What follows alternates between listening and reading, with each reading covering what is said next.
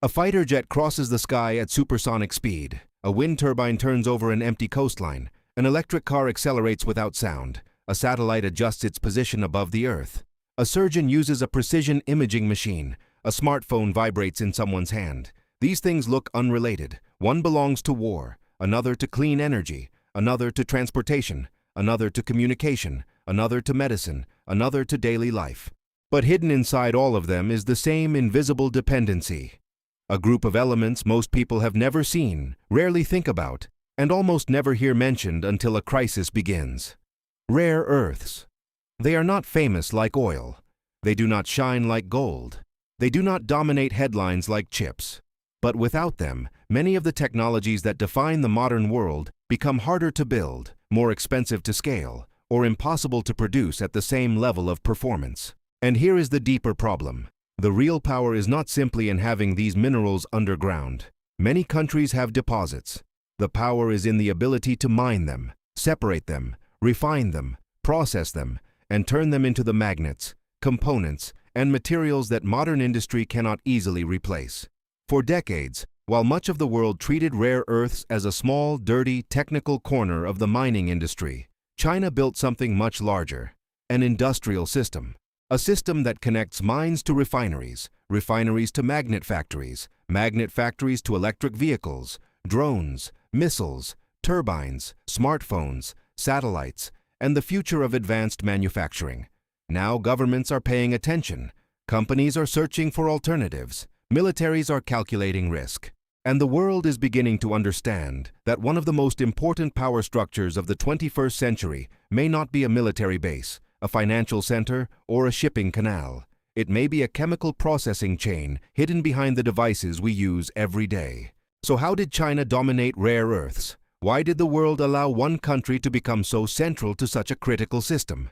And what happens when the materials behind clean energy, digital life, and national defense become a strategic warning sign? Before we begin, if you want to understand the hidden forces shaping our world, subscribe to Hidden Power Map. And if this episode helps you see the world differently, leave a like. When people hear the phrase rare earths, it can sound distant, almost abstract, like something buried in a geological report or traded between mining companies far away from ordinary life. It does not sound like the foundation of a modern economy. It does not sound like something that could influence the price of an electric car, the production of a missile guidance system, the future of wind power, or the balance of power between nations. And yet, that is exactly what makes rare earths so important. The name itself is misleading. Rare earths are not a single mineral. They are a group of 17 chemical elements, including names that rarely appear in public conversation: neodymium, praseodymium, dysprosium, terbium, europium, yttrium, lanthanum, cerium, and others. They are called rare, not because every one of them is extremely scarce in the Earth's crust, but because they are often difficult to find in concentrated, economically useful deposits, and even harder to separate from one another. To the average consumer, these elements are invisible. You do not see neodymium when you unlock your phone. You do not see dysprosium when a wind turbine turns.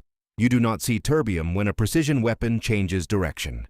You do not see rare earths when an electric motor delivers power without noise, heat, or wasted space. But they are there, hidden inside the performance of the machine. Their importance comes from a strange fact of modern technology. Tiny quantities of the right material can decide whether an entire system works efficiently or not. In a smartphone, rare earths can help produce vibration, color, sound, and miniaturized components. In electric vehicles, they are used in powerful permanent magnets that allow motors to be smaller, lighter, and more efficient. In wind turbines, they help convert movement into electricity. In defense systems, they appear in radars, targeting systems, sonar, precision-guided weapons, communications equipment, and advanced aircraft. In medical devices, they support imaging and specialized instruments. In factories, they are part of automation, robotics, sensors, and high-performance electronics. This is why rare earths became a hidden pillar of the technological age. They are not always the biggest part of a device, but they can be the part that gives it speed, precision, strength, efficiency, or reliability. For decades, most people did not notice this dependency because the system seemed to work. Products arrived, prices fell, electronics became smaller and more powerful. Clean energy technologies expanded, Defense systems became more sophisticated. Global supply chains delivered the materials that manufacturers needed, often without the public asking where those materials came from or who controlled the steps required to make them useful. The visible story was one of innovation. The hidden story was one of concentration. While consumers saw electric cars, smartphones, drones, and renewable energy, a quieter industrial map was forming beneath the surface. Mines, chemical plants, separation facilities, metal-making operations, alloy producers, and magnet factories were connecting into a chain that few people understood, but many industries depended on. And over time, one country became the central node of that chain. China did not merely become an important supplier. It became the dominant force across several of the most critical stages. The world may have rare earth deposits in different regions, from Australia to the United States, from Africa to South America, but deposits alone do not create industrial power. A rock in the ground is not a magnet. A mineral concentrate is not a missile component. An oxide is not an electric vehicle motor. Between the mine and the final product lies the difficult part: processing.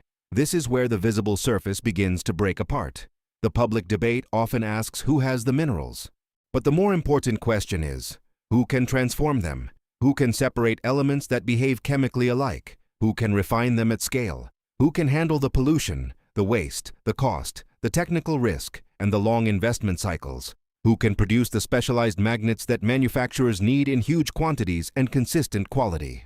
That is why rare earths have become a national security issue, not because they are mysterious, not because they are magical, but because modern economies have built critical systems around materials whose supply chain is narrow, complex, and difficult to replace quickly.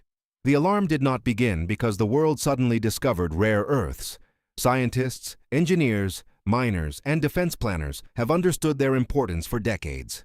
The alarm began when governments realized that the same materials needed for the energy transition were also needed for military systems, digital infrastructure, advanced manufacturing, and industrial competition. The same supply chain that supports cleaner transportation also supports strategic defense. The same magnets used in civilian machines can matter for national security. This is the uncomfortable truth behind the visible surface. Rare earths sit at the intersection of technology, industry, climate policy, and military power. They are inside the devices of daily life, but they also sit inside the calculations of states. They support the promise of a cleaner economy, but they also expose a dependency that many countries allowed to deepen. They are small in volume compared with oil, coal, iron, or copper, but their strategic value is enormous because they enable systems that cannot easily function without them. So the central question is not simply why rare earths matter. The real question is how a group of obscure elements, used in hidden quantities inside modern machines, became one of the most important pressure points in the global economy. And to answer that, we have to look beneath the minerals themselves. We have to move beyond the mine, beyond the headline, beyond the phrase rare earths, and into the industrial mechanism that turned them into power. The hidden force behind rare earths is not rarity, it is transformation. This is the first misunderstanding that makes the entire story harder to see. Many countries can point to geological surveys and say they have rare earth resources. Some have large deposits. Some have promising exploration projects. Some have mines that can produce concentrates. But in the rare earth world, the mine is only the beginning of the chain. The deeper power begins after the rock leaves the ground. Rare earth elements are chemically similar to one another. They often appear mixed together inside mineral deposits, locked into complex ores that also contain other materials. Extracting them is not like pulling out a clean bar of metal. The ore must be mined, crushed, concentrated, chemically treated, separated, purified, converted into oxides or metals, transformed into alloys, and then used to manufacture components such as permanent magnets. Each stage requires technology, chemical expertise, industrial scale, environmental management, capital investment, and customers willing to buy the output. Each stage can become a bottleneck, and each bottleneck can become leverage. This is where China built its power. It did not simply control mines. It built a rare earth ecosystem. Mines fed processing plants. Processing plants fed separation facilities. Separated oxides fed metal and alloy producers. Those producers supplied magnet factories. Magnet factories supplied manufacturers of electric vehicles, wind turbines, electronics, industrial robots, drones, and defense-related systems. Over time, this created something more important than ownership of a resource. It created industrial depth. Industrial depth means that a country does not only possess raw material, it possesses the accumulated knowledge, workforce, suppliers, machinery, chemical processes, waste handling systems, customer networks, and production scale needed to turn raw material into strategic products. This is much harder to copy than opening a mine. It is also much harder to rebuild once it disappears. Rare earth processing is difficult, partly because the elements are so similar. Separating neodymium from praseodymium or dysprosium from terbium requires sophisticated chemical processes. Some of these processes use acids, solvents, heat, water, and large volumes of material. They can create toxic waste, radioactive byproducts depending on the ore body, contaminated tailings, and long-term environmental challenges if poorly managed. For years, many countries preferred not to host these activities at scale. They wanted the final products, but not always the pollution, regulation battles, cost, or local opposition associated with the upstream chain. China accepted those burdens earlier and at greater scale. That decision created a structural advantage. As production expanded, Chinese firms gained experience. As experience accumulated, costs fell. As costs fell, more customers depended on Chinese supply. As more customers depended on that supply, investment concentrated further. The chain reinforced itself. This is how dominance becomes self-perpetuating. A factory does not just produce material, it produces skill. A processing plant does not just refine minerals, it trains engineers, operators, chemists, suppliers, inspectors, and managers. A magnet industry does not just make components. It creates relationships with automakers, electronics companies, defense contractors, and machine builders. The longer the system operates, the harder it becomes for competitors to catch up. The most strategic example is the permanent magnet. Neodymium iron boron magnets are among the strongest permanent magnets available for commercial use. Add small quantities of elements such as dysprosium or terbium, and they can perform better under high temperatures. These magnets are crucial because they allow powerful motors and generators to be compact, efficient, and reliable. That matters in electric vehicles, wind turbines, robotics, aircraft components, precision weapons, and countless industrial systems. In other words, rare earths matter not because they are glamorous, but because they solve a fundamental engineering problem. How to create high performance in limited space. A lighter motor can improve vehicle range. A stronger magnet can improve energy efficiency. A heat-resistant component can survive inside demanding machines. A more precise actuator can improve guidance, automation, or control. The rare earth content may be small, but the performance impact can be large. This makes the supply chain strategically sensitive. If a country lacks access to high-quality rare earth magnets, it may still have engineers, factories, designs, and capital, but its products can become more expensive, less efficient, or harder to produce at scale. Substitution is possible in some applications, but not always without trade-offs. A company may redesign a motor to use fewer rare earths, but that can require time, testing, new suppliers, and sometimes lower performance. A defense system cannot always wait for a redesigned supply chain during a crisis. The hidden force, then, is a chain of conversion, from ore to oxide, from oxide to metal, from metal to alloy, from alloy to magnet, from magnet to motor, from motor to vehicle, drone, turbine, robot, or weapon system. At every step, value increases. At every step, technical difficulty increases. And at every step, control becomes more powerful. This is why the world became alarmed. The problem is not only that China has rare earths.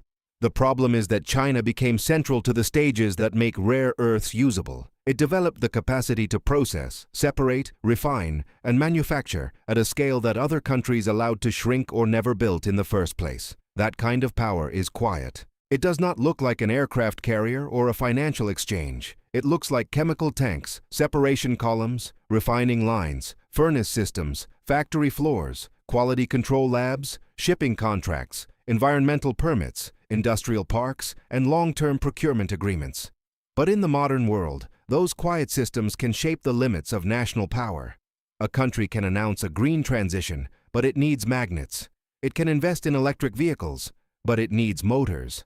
It can build drones, satellites, radar systems, and guidance technologies, but it needs specialized materials. It can design advanced machines, but it needs a supply chain capable of feeding production at scale. This is the hidden force behind the rare earth crisis. Not a mineral shortage alone, but a processing dependency. And once that dependency is visible, the map of power changes. A mine becomes less important than a refinery. A refinery becomes less important than a magnet plant. A magnet plant becomes less important than the entire ecosystem connecting chemistry, manufacturing, logistics, and demand. China's dominance was not built only from what was under its soil. It was built from what it learned to do with it. Once rare earths are understood as an industrial chain, the map of interest becomes much more complex. This is not a simple story of one country controlling minerals while everyone else watches helplessly. It is a story of governments, companies, consumers, investors, regulators, militaries, environmental communities, and industrial planners all making decisions that, over time, created a system of dependency. China sits at the center of this system because it built capacity where others allowed capacity to disappear or remain underdeveloped. Its role includes mining, separation, refining, metal production, alloy production, magnet manufacturing, and downstream industrial use. This gives Chinese companies and policymakers influence across multiple layers of the chain. If one layer is disrupted, another may still provide leverage. If another country opens a mine, it may still need Chinese processors. If a company finds a supplier of oxides, it may still depend on Chinese magnet production. If a government wants to build electric vehicles, wind turbines, robots, or advanced weapons at scale, it must ask where the components really come from. But China's position was not built in isolation. It was shaped by the choices of other actors. For decades, manufacturers around the world wanted reliable supply at low cost. They needed materials that could enter production lines without delay. They wanted performance, price stability, and volume. If Chinese suppliers could provide rare earth materials and magnets more cheaply and consistently than competitors, companies bought from them. That decision made business sense at the level of the firm. But across thousands of decisions, it created strategic concentration at the level of the global system. Governments also played a role. Some countries had deposits, but did not want the environmental consequences of processing. Others had technical knowledge but lost industrial capacity as production moved abroad. Some treated rare earths as a niche commodity, too small to deserve sustained strategic attention. Others assumed that global trade would remain open enough to make concentration tolerable. In a world of efficient supply chains, that assumption looked rational. In a world of geopolitical competition, it began to look fragile. Consumers were part of the structure too, even if unknowingly. The demand for cheaper electronics, cleaner vehicles, smaller devices, stronger batteries, advanced speakers, efficient motors, and powerful digital tools pushed manufacturers to optimize cost and performance. Rare earth materials helped make that possible. But the consumer rarely sees the mine, the chemical plant, the tailings pond, the refinery, or the magnet factory. The final product appears clean, polished, and global. The upstream system remains hidden. Then there are the companies at the edge of the chain: automakers, wind turbine producers, electronics giants, robotics firms, aerospace manufacturers, and defense contractors. Their interests are not identical. A consumer electronics company may focus on price and volume. A defense contractor may focus on secure supply and traceability. A wind turbine producer may worry about long-term availability. An automaker may try to reduce rare earth use in some models while still needing high-performance magnets in others. Each sector wants resilience, but not every sector wants to pay the cost of building it. This creates a tension that runs through the entire rare earth story: efficiency versus security. The most efficient supply chain is often the one that concentrates production where costs are lowest, expertise is deepest, and infrastructure already exists. The most secure supply chain is often the one that duplicates capacity, accepts higher costs, creates alternative suppliers, and keeps strategic production closer to trusted partners. Efficiency lowers prices. Security raises resilience. For years, efficiency won. Now governments are trying to rebalance the equation. The United States sees rare earth dependence as a national security risk because the materials touch defense systems, energy infrastructure, and industrial competitiveness. The European Union sees the issue through the lens of clean technology, industrial policy, and strategic autonomy. Japan has treated rare earth supply as a serious vulnerability since earlier tensions exposed how quickly access could become a pressure point. Australia has become important because it has major mining capacity and partnerships with countries trying to diversify supply. Other countries with deposits, from parts of Africa to Latin America and Southeast Asia, see opportunity, but they also face hard questions. Who will finance the projects? Who will process the material? Who will manage environmental risks? And who will capture the highest value parts of the chain? This is where leverage appears. A country with deposits may have geological value, but without processing it may remain dependent on foreign buyers. A company with refining capacity may control a more important bottleneck than a mine. A magnet producer may sit closer to the real center of power because magnets are what many industries actually need. A government that can restrict exports, approve licenses, subsidize production, or guide investment can turn industrial capacity into geopolitical influence. Yet leverage is not absolute. China also depends on global demand. Its rare earth industry sells into international markets. Its manufacturers benefit from the growth of electric vehicles, electronics, renewable energy, and industrial automation around the world. If customers diversify too aggressively, Chinese firms can lose market share over time. If restrictions become too severe, other countries may accelerate alternatives. Power in this chain is strong, but it is not unlimited. That is why the rare earth map is not a map of domination alone. It is a map of interdependence under stress. China has the deepest industrial position. Other countries have demand, capital, technology, allies, deposits, and political motivation. Companies want low prices but fear disruption. Militaries want secure supply but depend on commercial industry. Environmental groups want responsible production but know that clean energy technologies require minerals. Communities near mines and refineries want jobs, but they also fear pollution. Investors see opportunity, but they know that rare earth projects are expensive, slow, and vulnerable to price swings. Every actor is trying to solve a different problem inside the same chain, and this is why rare earths are so strategically important. They reveal that power does not always belong to the country with the largest army or the company with the most famous brand. Sometimes power belongs to the actor that controls the narrowest bridge between raw material and modern life. In this case, that bridge is the industrial network that turns obscure elements into high-performance components. The world is not only worried because China produces rare earths, it is worried because so many industries, governments, and defense systems depend on a chain in which China occupies several of the most critical positions at once. That is the network of interest behind the alarm, a global economy that wants clean energy, advanced electronics, and military readiness, but built much of that ambition on a supply chain it did not fully control. The dominance of China in rare earths did not appear suddenly. It was built through a long sequence of industrial choices, policy decisions, cost pressures, environmental trade-offs, and strategic patience. For much of the 20th century, rare earths were not seen by the broader public as a central pillar of power. They were used in specialized applications, industrial processes, glass polishing, catalysts, lighting, and early electronics.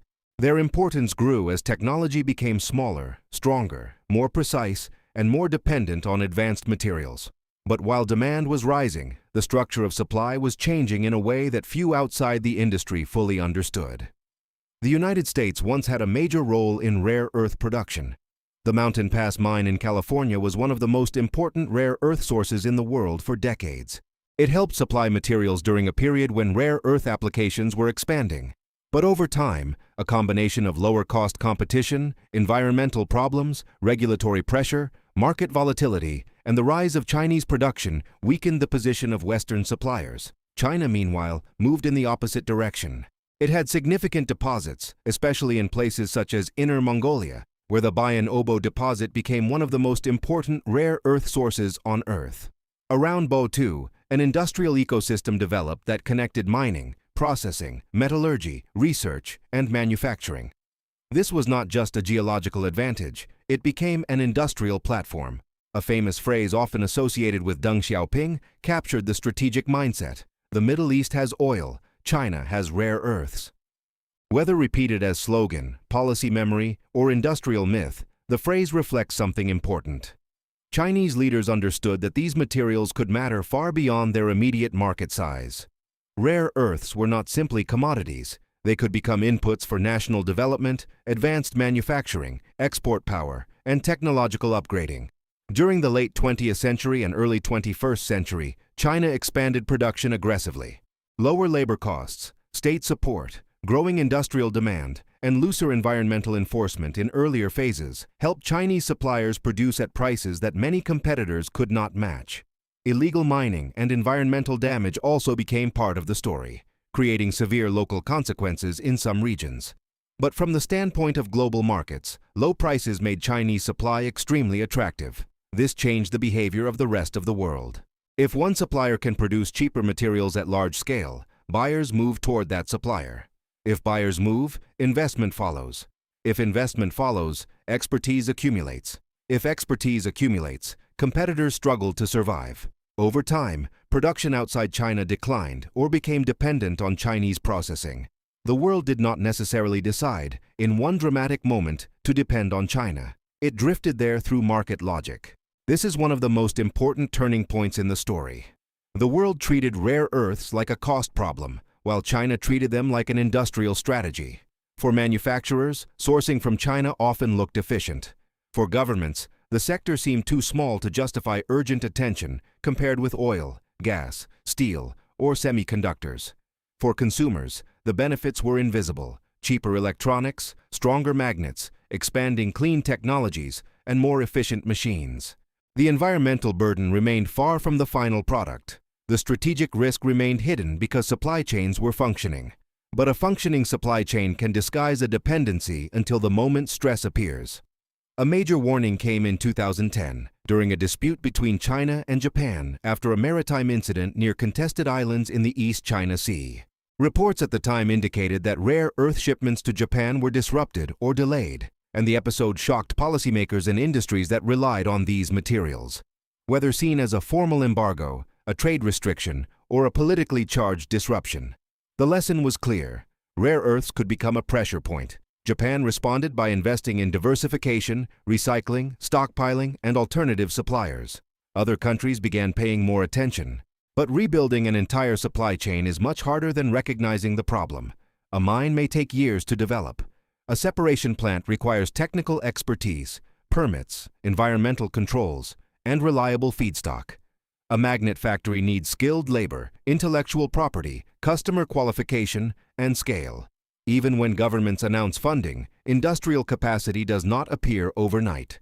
The next turning point came as the world accelerated into the energy transition. Electric vehicles, offshore wind turbines, industrial automation, drones, advanced sensors, and defense modernization all increased the strategic importance of high-performance magnets.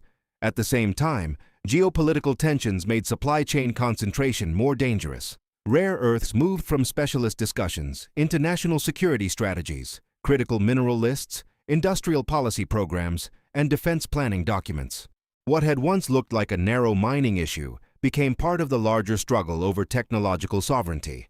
The United States began trying to rebuild parts of the rare earth chain, including processing and magnet production. Australia became a key partner because of its mining capacity and its position outside China's direct control.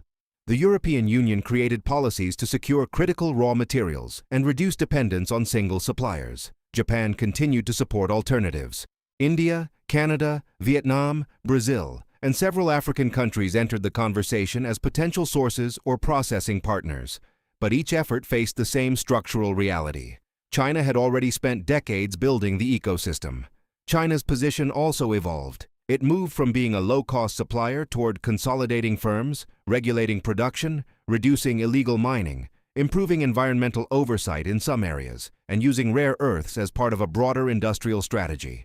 It also strengthened its downstream position in magnets and high-value materials. That meant that even if other countries found more ore, the highest value steps could still remain concentrated. The strategic turning point then was not one single event. It was the moment when rare earth stopped being seen as a cheap input and started being understood as a foundation of national power. History created the dependency slowly. Crisis revealed it quickly. The world allowed processing capacity to concentrate because it was cheaper, easier, and more convenient. China built that capacity because it understood that the materials of the future would not only come from laboratories or software, but from chemistry, metallurgy, mining, and industrial scale.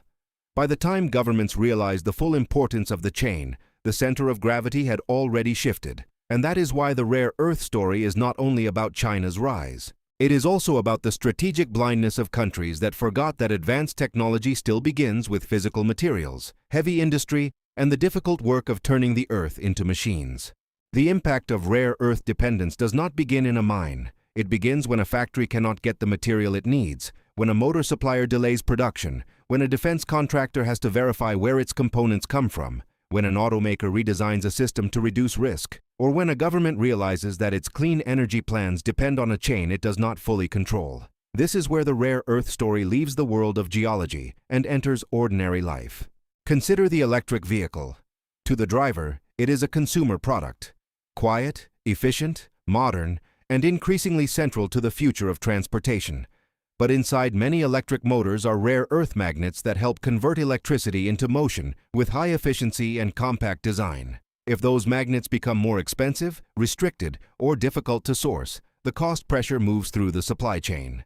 It can affect automakers, suppliers, battery strategy, factory planning, and eventually the price or availability of vehicles. The same logic applies to wind power. A turbine standing offshore may look like a symbol of energy independence, but some of the most powerful turbines rely on permanent magnets that can contain rare earth elements. These magnets help reduce maintenance needs and improve performance in harsh environments.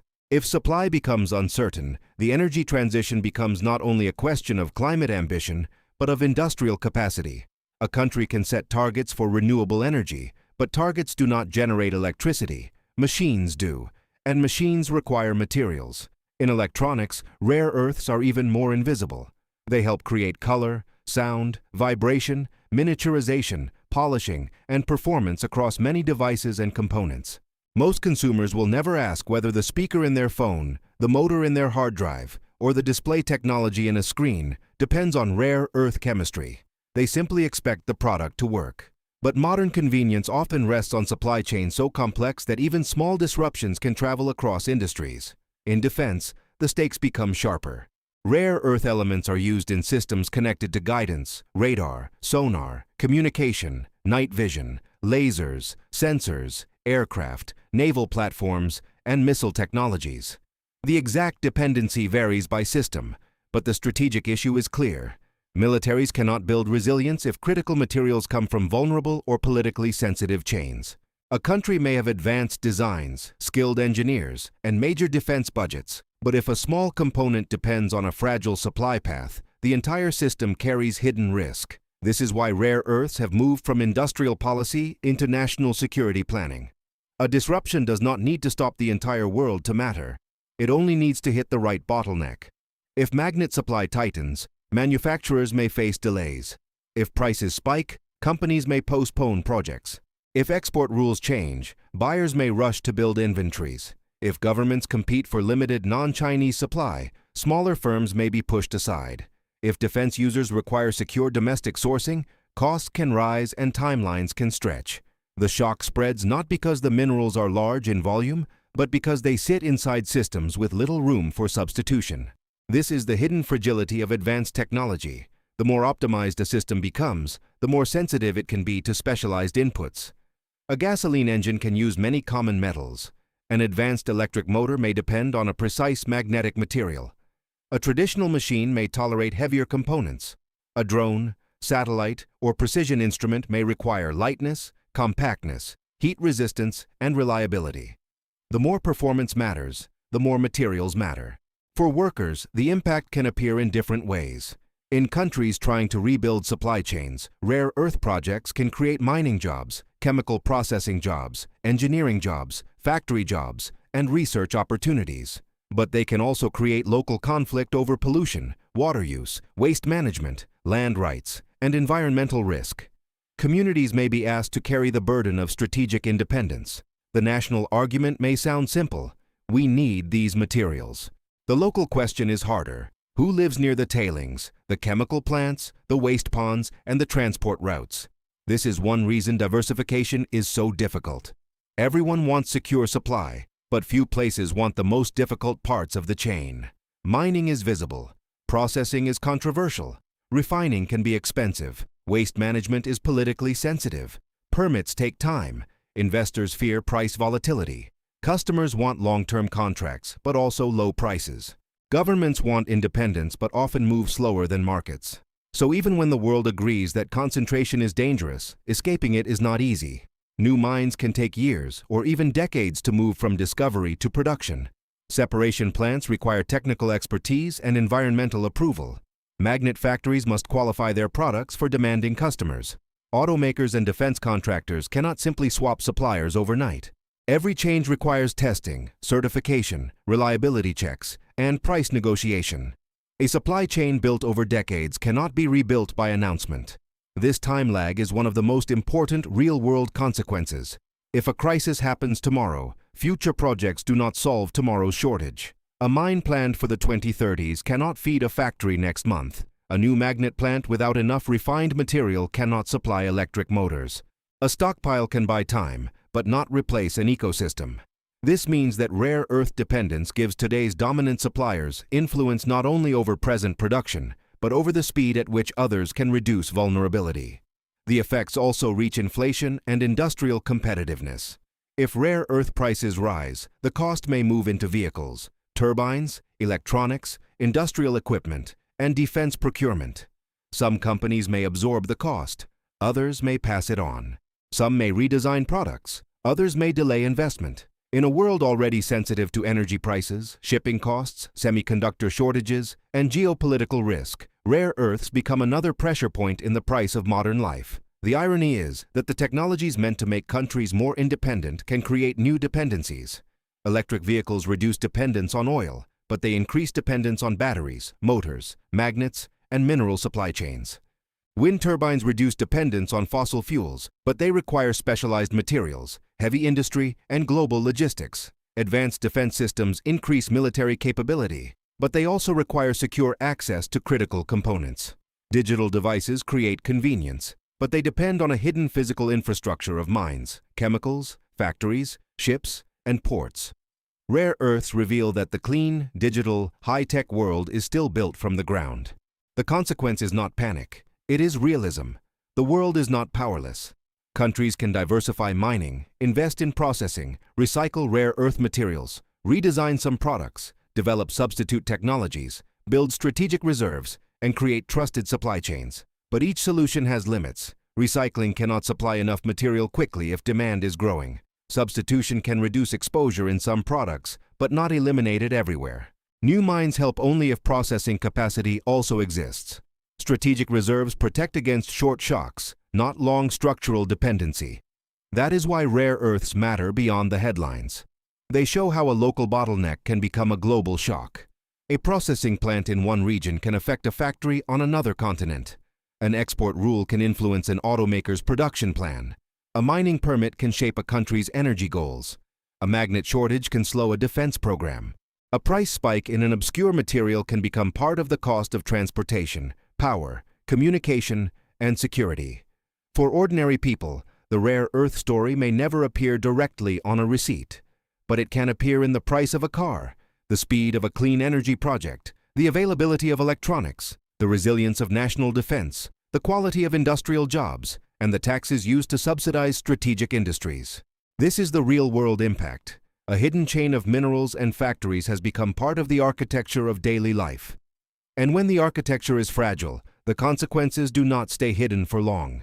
Before we continue, if you want to understand the hidden forces shaping our world, subscribe to Hidden Power Map. And if this episode helps you see the world differently, leave a like. The rare earth story begins with a misleading name. Rare earths sound like a geological curiosity, something small, obscure, and distant from the visible forces that usually define power. They do not look like oil tankers crossing narrow straits. They do not look like aircraft carriers moving through contested waters. They do not look like central banks, trade wars, or semiconductor factories. They are hidden in magnets, motors, displays, sensors, guidance systems, wind turbines, electric vehicles, electronics, and machines whose importance is obvious only after the materials inside them become difficult to obtain. But that is exactly the lesson. Modern power is not always visible at the surface. Sometimes it sits deep inside the chain that makes performance possible. China's dominance in rare earths did not come from one mine, one policy, or one sudden move. It came from decades of industrial accumulation. It came from treating a difficult, messy, chemically complex sector as a strategic system. It came from building not only extraction, but separation, refining, metallurgy, alloys, magnets, manufacturing knowledge, supplier networks, and downstream demand. It came from accepting costs and risks that many other countries avoided, while the rest of the world enjoyed the benefits of cheap, efficient, globalized supply.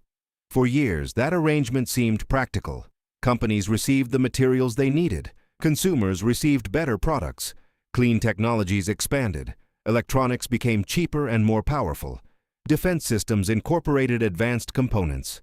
The chain worked, so its fragility remained easy to ignore. But dependence does not disappear because it is convenient. It grows quietly.